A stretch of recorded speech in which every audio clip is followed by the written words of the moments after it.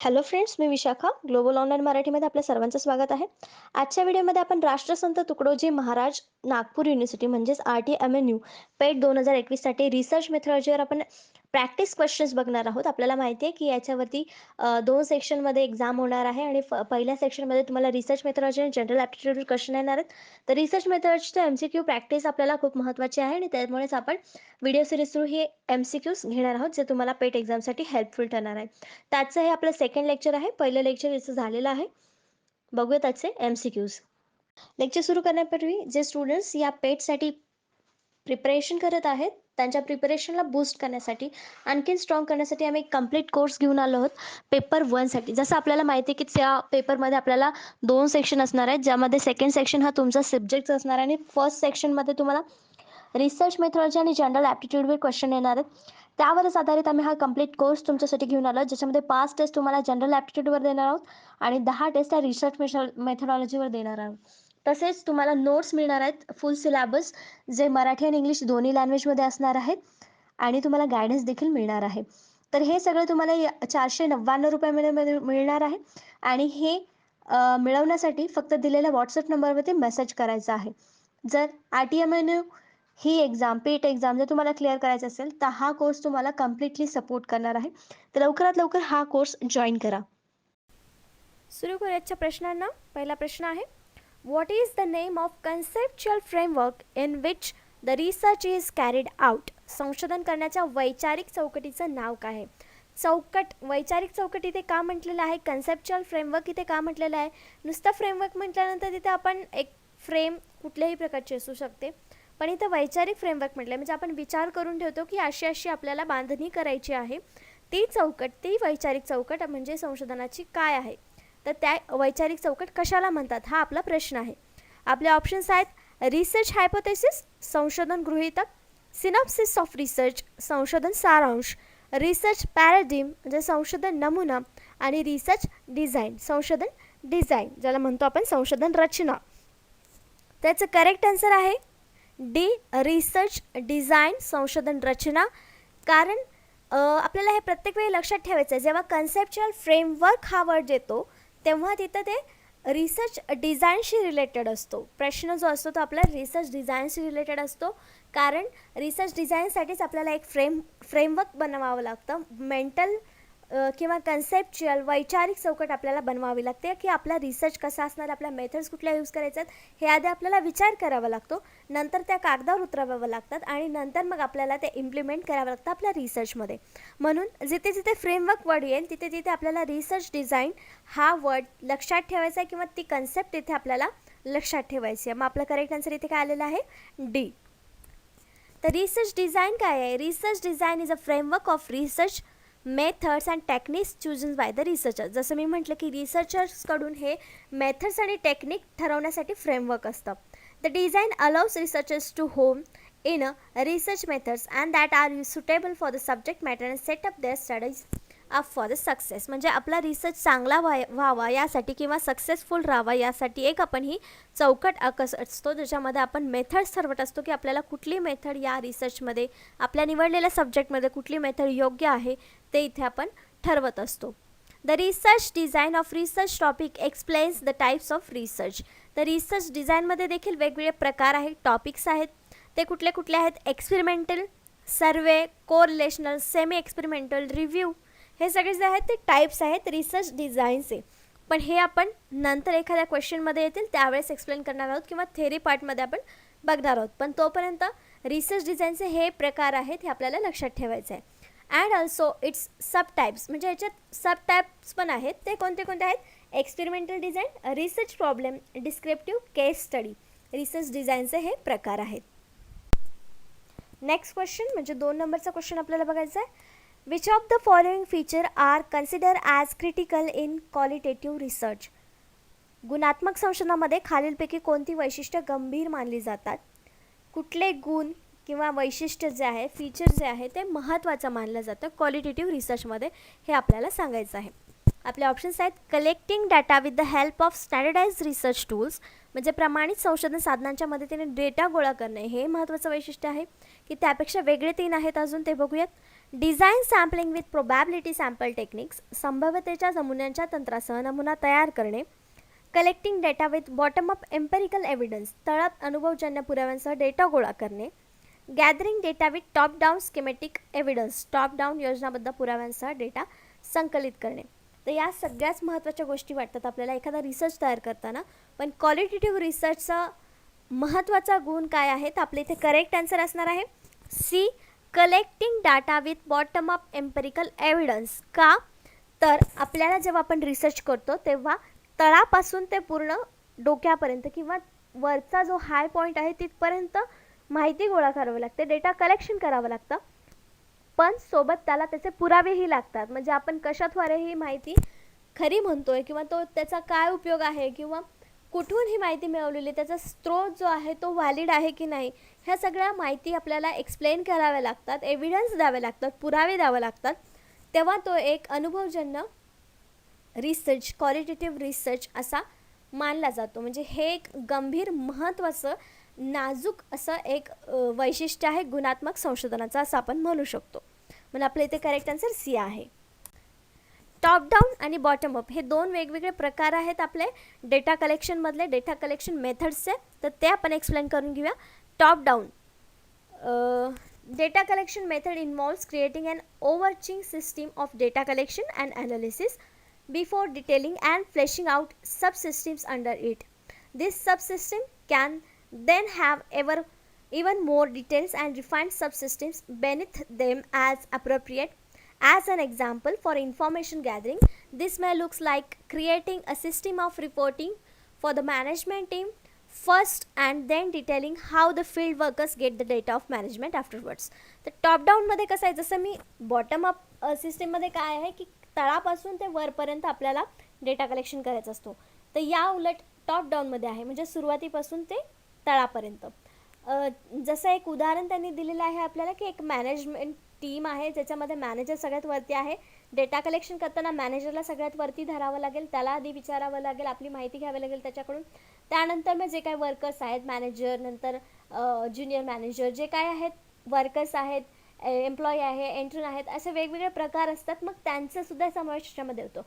पण कसा, top down म्हणजे मॅनेजरपासून ते एंटर्नपर्यंत. नंतर काय आहे, बॉटम अप. जसं टॉप डाऊन आहे तसंच बॉटम अप आहे. मग बॉटम अपमध्ये काय असणार आहे, तर वर्करपासून स्टार्टिंग करणार आपण ते मॅनेजरपर्यंत पोहोचणार डेटा कलेक्शनच्या मेथडमध्ये. तरी पण आपण बघूया. Bottom up data collection methods involve piecing together system at the field level to give rise to more complex system further up the information ladder, in the process making this original system subsystem within the final design. This requires the elementary of bottom rung systems to be splashed out in a great detail before connecting them together to form the largest system. Using the information gathering example, this would look like first creating a data gathering model for the field worker and then deciding how the data will be transferred to the management team. त्याच्यामध्येच आपण जसं सांगितलं की मॅनेजमेंटचे एक उदाहरण घेतलं, तसेच इथे वर्करपासून स्टार्ट केलं आणि मॅनेजमेंट टीमपर्यंत आपण पोहोचलो बॉटम अप सिस्टीममध्ये. हे दोन वेगवेगळे डेटा कलेक्शनच्या मेथड आहेत, top down and bottom up. Next question, third नंबरचा, how is random sampling helpful. यादृच्छिक सॅम्पलिंग कसे उपयुक्त आहे. आपल्याला माहिती आहे की सॅम्पलिंगचे वेगवेगळे प्रकार आहेत प्रोबॅबिलिटी आणि नॉन प्रोबॅबिलिटी सॅम्पलिंगमध्ये. तर हा एक प्रकार आहे रँडम सॅम्पलिंग. तो कसा उपयुक्त ठरतो. आपल्या ऑप्शन्स आहेत रिजनेबली ॲक्युरेट, अगदी अचूक असतो म्हणून, and economical method of data collection, data collection करण्याची एक आर्थिक पद्धत आहे, फ्री फ्रॉम पर्सनल बायस, वैयक्तिक पक्षपातीपासून मुक्त आहे, आणि D all of the above आहे. तर इथे रँडम सॅम्पलिंग म्हणजे काय की रँडम एखादा म्हणजे कुठलाही एक सॅम्पल निवडायचा, जो अवेलेबल असेल त्याच्यातून कुठलाही एखादा आपल्याला निवडायचा आहे सॅम्पल. म्हणजे समजा 10 व्यक्ती आहेत जे आपल्याला एखादा गोष्ट म्हणजे शाळेतल्या शिक्षणाविषयी आपल्याला डेटा कलेक्शन करताना त्यांचं मत काय आहे हे आपल्याला जर गोळा करायचं असेल तर त्यामध्ये 10 व्यक्तींची मतं वेगवेगळी असतील. मग 10 मतांची 10 सॅम्पल्स घेण्याची गरज नाही आहेत. त्यातले आपण 3-4 घेतले, एक 2 नंबरचा, नंतर 5 नंबरचा, नंतर 7 नंबरचा असे 2-4 जर सॅम्पल घेतले तर ते रँडम सॅम्पलिंग होणार. 10च्या 10 न घेता त्यातले फक्त सिलेक्टिव्ह रँडम सॅम्पल्स आपण सॅम्पलिंगसाठी घेणार आहोत रिसर्चसाठी. त्याला आपण रँडम सॅम्पलिंग म्हणतो. याला आपण डिटेलमध्ये बघू, पण याचं करेक्ट आन्सर आहे D, all of the above. का तर रँडम सॅम्पलिंग जसं मी सांगितलं की जे अवेलेबल आहेत त्याच्यातून आपल्याला निवडायचे असतात, म्हणून ते अगदी अचूक देखील असतात. अँड इकॉनॉमिकल मेथड आहे, म्हणजे डेटा संकलनाची एक आर्थिक पद्धत आहे, कारण त्याच्यामध्ये जास्त सर्च करावं लागत नाही किंवा ट्रॅव्हलिंग खर्च आपल्याला तिथे पडत नाही, म्हणून ही एक आर्थिक म्हणजे कमी पैशामध्ये होणारी सॅम्पलिंग आहे. फ्री फ्रॉम पर्सनल बायस, वैयक्तिक पक्षपातीपासून मुक्त आहे, कारण कुठलाही एखादा व्यक्ती घेतो तिथे आपलं मत नसणार आहे. जो व्यक्ती समोर आपल्याला येणार आहे ती सॅम्पलिंगसाठी आपल्याला उपयोगी येणार आहे, म्हणून इथे तिन्ही ऑप्शन्स जे आहेत आपले ते करेक्ट आहेत, तिथे आपल्याला उपयुक्त आहेत, म्हणून आपलं करेक्ट आन्सर तिथे आलेला आहे D, all of the above वरील सर्व. Random sampling is a part of sampling technique in which a sample has equal probability of being chosen. A sample chosen randomly is meant to be an unbiased representation of total population. जे वैशिष्ट्य आपण आपल्या प्रश्नाच्या ऑप्शन्समध्ये बघितली तीच वैशिष्ट्य आपल्याला इथे सांगितलेलं आहेत रँडम सॅम्पलिंगची, की हे एक टेक्निक आहे जे प्रोबॅबिलिटी इक्वल प्रोबॅबिलिटी असते, म्हणजे कुठल्याही व्यक्तीची निवड होण्याची याच्यामध्ये शक्यता असते, की फक्त एकाच ग्रुपचा व्यक्ती तिथे आला पाहिजे असं नाही, तर तिथे प्रोबॅबली रँडमली आपण व्यक्ती सिलेक्ट करू शकतो रिसर्चसाठी सॅम्पल म्हणून. पण याचाच अर्थ हे कशामुळे म्हणजे अनबायस असण्याचे पक्षपातीपणा इथे होऊ शकत नाही, कारण ते आपण रँडमली चॉईस करतो. अशा प्रकारे रँडम सॅम्पलिंग आपण एक्सप्लेन करू शकतो की रँडम सॅम्पलिंग काय आहे. ते एक टेक्निक आहे प्रोबॅबिलिटी सॅम्पलिंगचं. प्रोबॅबली त्याच्यामध्ये चूज होऊ शकतात एक सॅम्पल्स आणि अनबायस असतं. नेक्स्ट क्वेश्चन बघतो आपण 4 नंबरचा. Research intents to explore the result of possible factors for the organisation of effective mid day meal intervention which research method will be the most appropriate for this study. एक संशोधन प्रभावीपणे mid day जेवण हस्तक्षेपांच्या संस्थेच्या संभाव्य घटकांच्या परिणामांचा शोध घेण्याचा विचार करते, तर या अभ्यासासाठी कोणती संशोधन पद्धत सर्वात योग्य असेल, असा आपला प्रश्न आहे. आपल्याला मिड डे मील माहिती आहे. मिड डे मील ही जी स्कीम होती, स्कूल्समध्ये जे स्टुडंट्स आहेत त्यांना पोषक आहार मिळावा यासाठी स्कूलमध्ये इंटरव्हलमध्ये जेवण दिलं जायचं. आता लॉकडाऊनमुळे शाळा तर बंद आहेत, पण त्यांच्या अंतर्गतच काही स्टुडंट्सच्या अकाउंटवरती पैसे जमा करण्याची स्कीम गव्हर्नमेंटने काढलेली आहे. मिड डे मीलच्या बदल्यात म्हणता येईल किंवा त्याच्या अंतर्गत म्हणता येईल. पण हे मिड डे मीलचं जेव्हा आपल्याला परिणामांचा अभ्यास करायचा आहे तेव्हा कुठली संशोधन पद्धत आपल्याला इथे योग्य ठरणार आहे हे सांगायचं आहे. तर ऑप्शन्स आहेत डिस्क्रिप्टिव्ह सर्वे मेथड्स, वर्णनात्मक सर्वेक्षण पद्धत, हिस्टोरिकल मेथड, ऐतिहासिक पद्धत, एक्स पोस्ट फॅक्टो मेथड, आधीची post facto method, experimental method, प्रायोगिक पद्धत. तर इथे करेक्ट आन्सर आहे आपला C, ex post facto method. Ex post facto method इथे का आलं आपलं आन्सर, कारण इथे एक स्कीम लागू झालेली आहे ऑलरेडी, त्याच्यावरती काम चालू आहे, पण त्याच्या परिणामांचा अभ्यास आपण फ्युचरमध्ये करतो आहे. मग त्याच्या परिणामांचा अभ्यास आपण करतो आहे, तर तो एक्स पोस्ट फॅक्टो मेथड असणार आहे, एक्स पोस्ट फॅक्टो रिसर्च असणार आहे, म्हणून आपल्या इथे करेक्ट आन्सर सी आलेला आहे. मग आपण बोलू शकतो की हिस्टॉरिकल मेथड का नाही, ती हिस्ट्री नाही आहे, घडून गेलेली घटना नाही आहे, कंटिन्यू होती आहे, पण आधीपासून होती आहे, त्याच्या परिणामांचा अभ्यास करतोय आपण, म्हणून ते एक्स पोस्ट फॅक्टो मेथड इथे आहे. Ex post facto study or after the fact research is category of research design in which the investigation starts after the fact has occurred without interference from the researchers. The majority of social research in context which it is not possible to acceptable to the manipulate and characteristics of human participants is based on ex post facto research design. तर x post फॅक्टोचं वैशिष्ट्य असं आहे की हे fact जसेच्या तसं मांडतं, ह्याच्यामध्ये human interference काय नसतो किंवा होण्याचे चान्सेस हे कमी असतात. म्हणजे आपली मिड डे मीलची जी स्कीम आहे त्याचा परिणाम आपल्याला आत्ता या प्रेझेंट डेमध्ये दिसतोय आणि आपण मागच्या एक्स पोस्ट फॅक्टोवरून त्याचे परिणाम काढतोय, म्हणजे त्याच्यामध्ये कुठलाच इंटरफिअरन्स नसणार आहे. जो ऑलरेडी त्याच्यावरचा परिणाम दिसून आलेला आहे तोच आपल्याला इथे आपल्या रिसर्चमध्ये मांडावा लागणार आहे. कुठलाही व्यक्ती किंवा व्हेरिएबल त्याच्यामध्ये मॅनिप्युलेशन करू शकत नाही, हे त्याचं कॅरेक्टरिस्टिक्स आहे. अशा प्रकारे आपण एक्स पोस्ट फॅक्टो काय आहे किंवा x post facto research design काय आहे हे आपण सांगू शकतो. नेक्स्ट क्वेश्चन आहे 5th नंबरचा. In order to pursue the research, which of the following is priorly required? संशोधनासाठी पुढीलपैकी कोणत्या गोष्टीची पूर्तता करणे आवश्यक आहे, म्हणजे संशोधनासाठी खालीलपैकी कुठली गोष्ट सर्वात आवश्यक आहे. ऑप्शन्स आहेत डेव्हलपिंग अ रिसर्च डिझाईन, संशोधन डिझाईन विकसित करणे, फॉर्म्युलेटिंग अ रिसर्च क्वेश्चन, संशोधन प्रश्न तयार करीत आहे, deciding about the data analysis procedure, data विश्लेषण प्रक्रियेबद्दल निर्णय घेत आहे, फॉर्म्युलेटिंग अ रिसर्च हायपोथेसिस, संशोधक गृहीतक बनवणे. तर इथे आपल्याला कुठली गोष्ट सर्वात आवश्यक आहे हा प्रश्न आहे. तर हायपोथेसिस, डेटा ॲनालिसिस ह्या सगळ्या नंतरच्या स्टेप्स आहेत रिसर्चच्या. पण सगळ्यात पहिले आपल्याला डिझाईनच्या पण अगोदर आपल्याला क्वेश्चन पाहिजे, कारण समस्याच नसेल आपल्यासमोर, आपल्याकडे समस्या नसेल तर आपण रिसर्च कशावर करणार, हो ना. म्हणून तिथे क्वेश्चन आपल्याला आधी फॉर्म करता आला पाहिजे, प्रश्न तयार करता आला पाहिजे, म्हणजे ही आपली सगळ्यात बेसिक नीड आहे रिसर्चसाठीची. मग इथे आपलं करेक्ट आन्सर काय येणार आहे, बी, फॉर्मॅटिंग अ रिसर्च क्वेश्चन, संशोधन प्रश्न तयार करत आहे, हा आपला इथे आवश्यक घटक आहे संशोधनासाठीचा.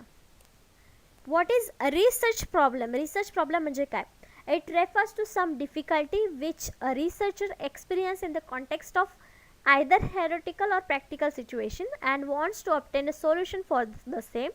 A research problem can be simply defined as a statement that identifies the problem or situation to be studied.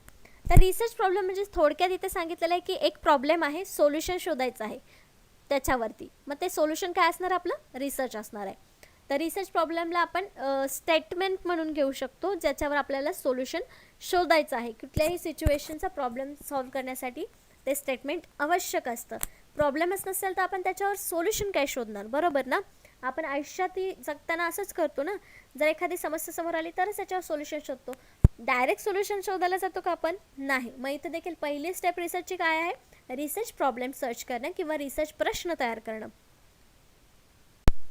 Next question आहे 6th, which one among the following statement is falls in the context of participatory research. सहभागी संशोधनाच्या संदर्भात खालीलपैकी कोणते विधान चुकीचे आहे हे विचारलेलं आहे. नेहमी पेपर सॉल्व्ह करताना, कुठल्याही एक्झामला जाताना आपल्याला प्रश्न नीट वाचायचा असतो. करेक्ट आन्सर आपल्या जवळच असतं, ओळखीचं असतं, पण आपण प्रश्न चुकीचा वाचतो म्हणून आपण उत्तरही चुकीचं देतो. मग इथं आपल्याला काय प्रश्न विचारलेला आहे की कोणतं विधान चुकीचं आहे, म्हणजे त्यातले 3 विधानं बरोबर आहेत आणि एकच चुकीचं आहे, ते कोणतं आहे ते आपल्याला सांगायचं आहे. ऑप्शन्स आहेत, it recognise knowledge as a power, हे ज्ञानाला सामर्थ्य म्हणून ओळखतं. It is collective process of enquiry, ही चौकशीची सामूहिक प्रक्रिया आहे.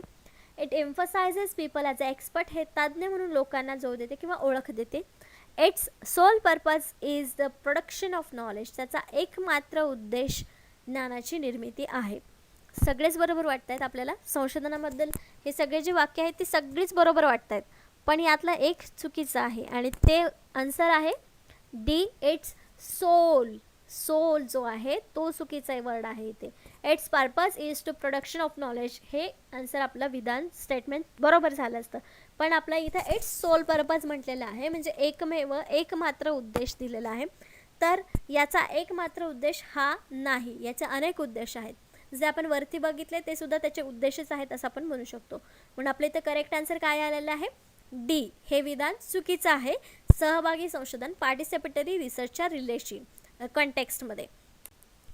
The researcher work with the members of the community to understand and resolve the community problems, to empower community members, and to democratize research.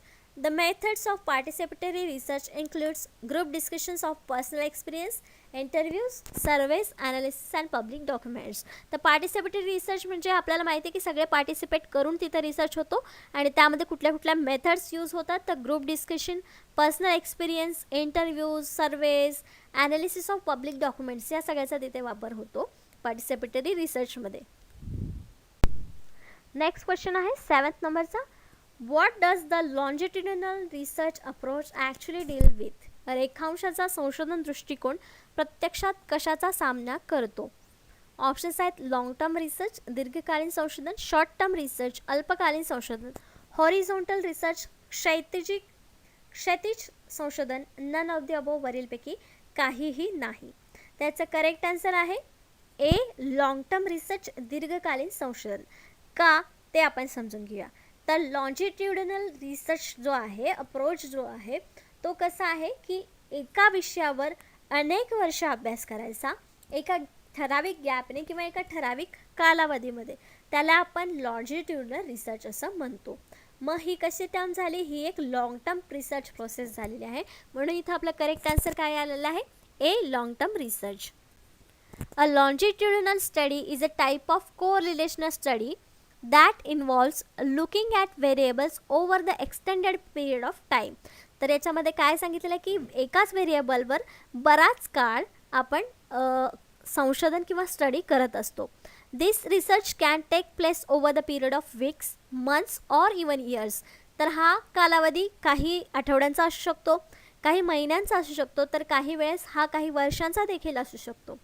In some cases, longitudinal studies can last several decades.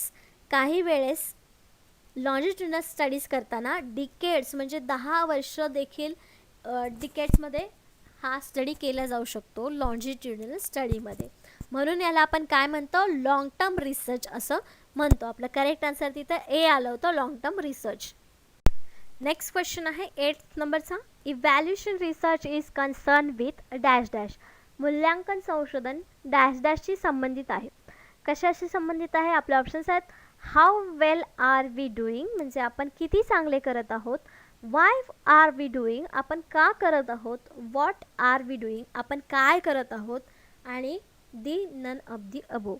तर evaluation या वर्डवरूनच आपल्याला समजायला पाहिजे की आपण evaluation म्हणजे काय करतो, तर मूल्यांकन करतो स्वतःचं. एक्झाम्स वगैरे होतात त्याच्यामध्ये देखील इव्हॅल्युएशन होतं, म्हणजे तुमचं ज्ञान किती आहे हे मोजलं जातं, मूल्यांकन केलं जातं. म्हणजेच इथं आपलं करेक्ट आन्सर काय असणार आहे, A how well are we doing. इव्हॅल्युएशनचा मेन मोटो काय आहे, कन्सर्न काय आहे की आपण किती चांगल्या प्रकारे काम करत आहोत किंवा आपण जे करत आहोत ते किती चांगल्या प्रकारे करत आहोत याच्यावरती ते इव्हॅल्युएशन रिसर्च असतो, कन्सर्न असतो.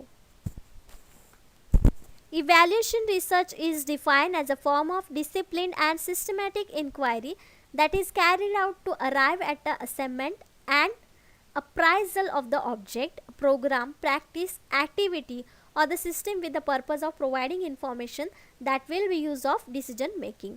तर इव्हॅल्युएशन रिसर्च कशासाठी होतो, त्याच्यामध्ये आपल्याला प्राईज देण्यासाठी, ऑब्जेक्टला प्रेज करण्यासाठी, अप्रायझल देण्यासाठी, ॲक्टिव्हिटी किती चांगली झाली हे बघण्यासाठी, सिस्टीमचा पर्पज जो आहे तो झाला की नाही फुलफिल हे बघण्यासाठी आपण इव्हॅल्युएशन रिसर्च करत असतो.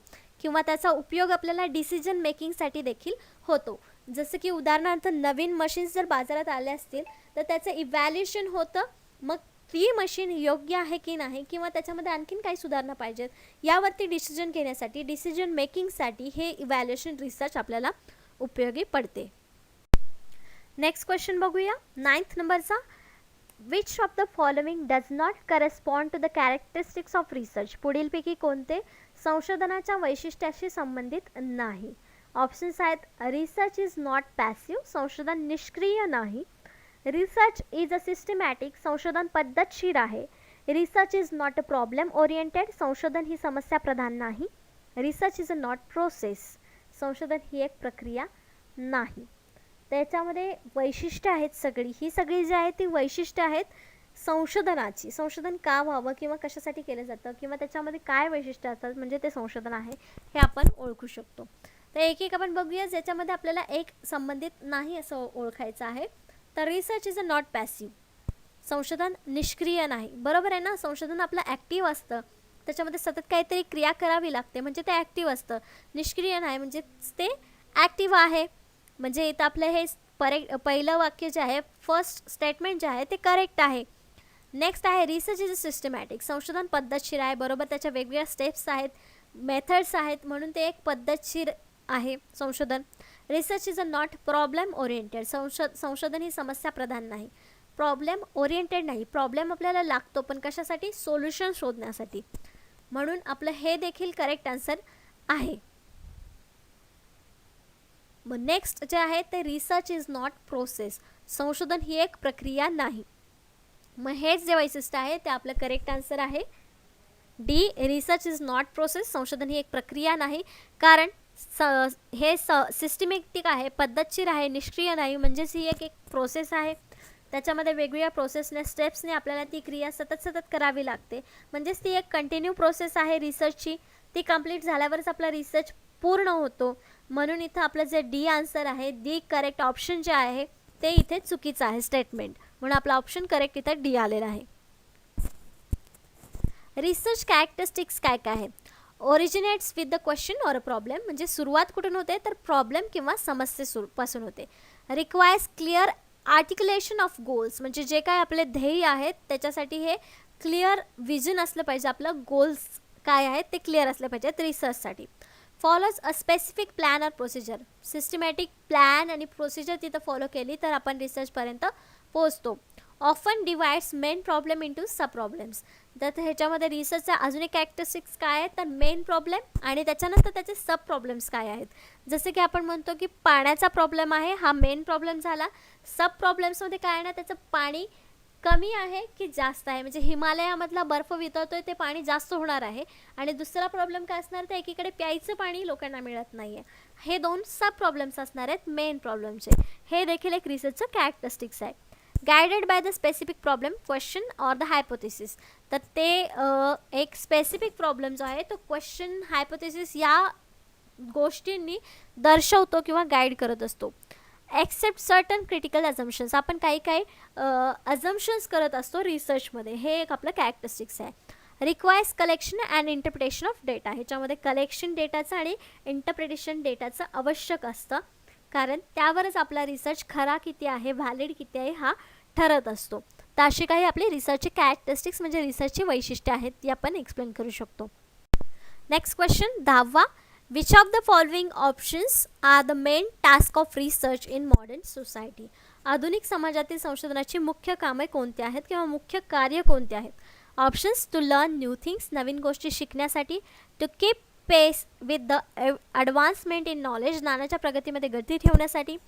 To systematically exam and critically analyse the investigation sources with the objective, उद्देशाने तपासणी स्रोतांचे पद्धतशीरपणे परीक्षण करणे आणि त्याचे विश्लेषण करणे. डी ऑल ऑफ दी अबो, तर आपलं इथं करेक्ट आन्सर असणार आहे डी ऑल ऑफ दी अबो. हे सगळेच उद्देश आपल्याला संशोधनासाठी आवश्यक आहेत किंवा मुख्य कार्य आहेत संशोधनाचे असं आपण म्हणू शकतो, म्हणून इथं आपलं करेक्ट आन्सर डी आलेलं आहे. तिन्ही गोष्टीवरची मुख्य कार्य जे आहेत ते आधुनिक समाजामध्ये संशोधनाचे आहेत असं आपण म्हणू शकतो. तर इथे अजून काही कार्य दिलेले आहेत टू मॉडर्न सोसायटीमध्ये रिसर्चची, ते असे to keep pace with the advancement in knowledge, जे आपण आता बघितलं. टू डिस्कवर न्यू थिंग्स, नवीन गोष्टी शोधण्यासाठी देखील हे रिसर्च आवश्यक आहे मॉडर्न सोसायटीमध्ये. To write a critique in the earlier writings, म्हणजे जे काय आधी जास्त गोष्टी झालेल्या आहेत त्याच्यावरती क्रिटिक गोष्टी लिहिण्यासाठी नवीन मॉडर्न सोसायटीमध्ये हे संशोधन होणं गरजेचं आहे. To systematically examine and critically analyse the investigation source with the objectivity, जो आपण मागे बघितला आहे पॉईंट, आणि हे चारही जे ऑप्शन्स आहेत ते बरोबर आहेत, म्हणजे तिन्ही ऑप्शन आपले करेक्ट आहेत. तिन्ही कार्य मॉडर्न सोसायटीमध्ये संशोधन करत असतो, म्हणून आपलं करेक्ट आन्सर डी आलं होतं all of the above. Thank you. आजच्या लेक्चरचे 10 प्रश्न आणि 10 कन्सेप्ट आपल्या इकडेच संपलेले आहेत. नेक्स्ट सेशनमध्ये आपण नवीन 10 कन्सेप्ट शिकणार आहोत, ज्या कन्सेप्ट आपल्याला रिसर्च मेथॉलॉजीमध्ये मिळतात आणि आपल्याला पूर्ण सिलॅबस अशा प्रकारे कवर करायचा आहे येणाऱ्या पेट एक्झामला क्लिअर करण्यासाठी. आजच्या सेशनसाठी थँक्यू.